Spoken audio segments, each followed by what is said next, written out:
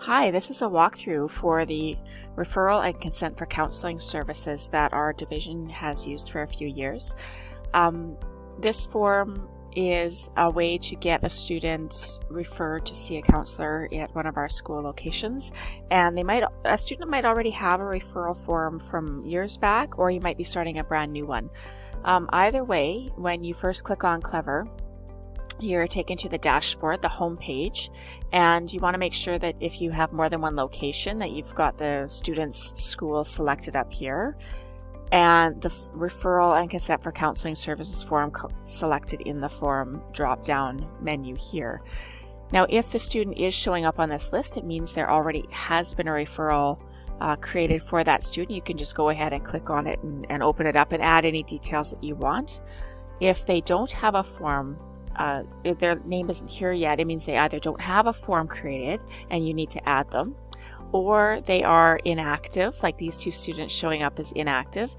This means that this student is active at the location, White Buffalo Youth Lodge. They attend their student, that's their school. These two students are inactive, so they have attended in the past, but they are no longer at that site. So if you don't see your student with an active, you might want to check the inactive box.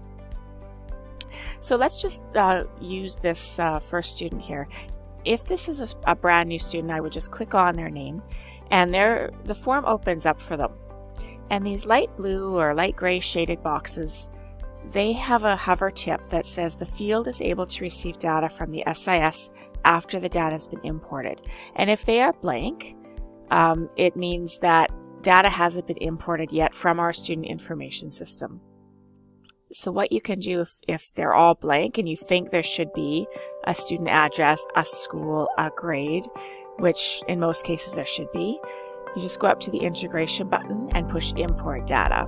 And whatever information our SIS has will be brought into here.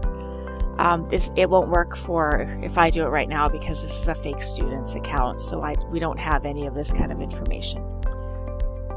The other thing you'll notice on most of our forms are that they have a little red star. That means it's a required field. And if I had it blank, you can see how there's a completion bar up here that fills in. So as you are filling in your required fields, the completion bar fills up. And this is a good indicator if you've missed something important, something that needs to be filled in.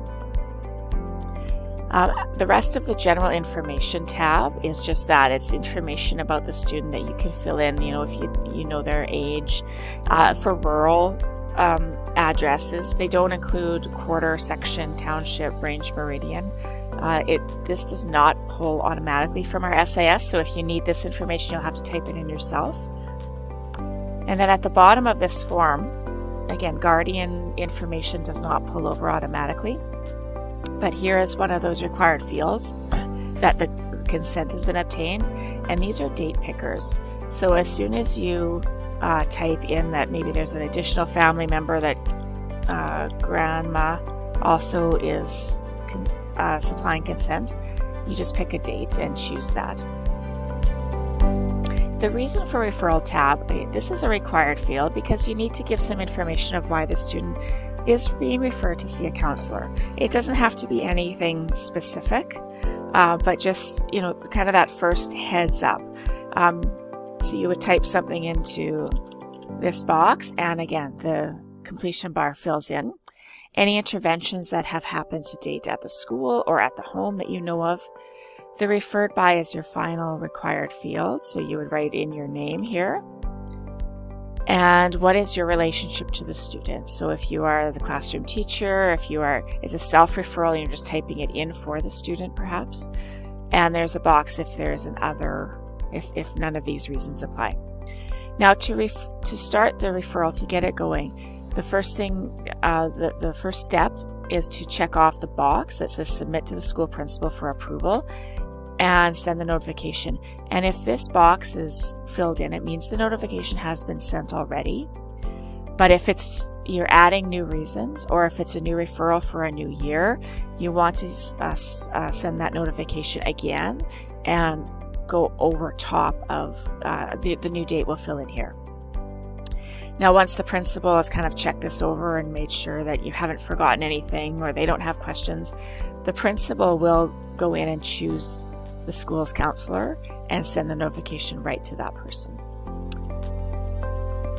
If you have any files and links, maybe there's a file, a piece of writing that the student has done, or there's a website link, these can be uploaded on this tab before you submit. And finally, when the school, this is for the counselor, when the referral is received and the counselor has opened up a school log so that they can keep track of all the contacts that they have, the school counselor will choose open or pending, if they don't have the time in their docket right now, or if the student has, left for a month and is coming back, or on hold, or if the file is closed, if the service is no longer provided. So they would put in open and type the date, and if they close the file, they would put in the same date. And this will help with searching for data later on. That is it for the referral and consent for counseling services form. If you have any questions at all, check out the other help videos in the GSCS portal under Clever Help and Tips, or you can call 8888 or start a help ticket.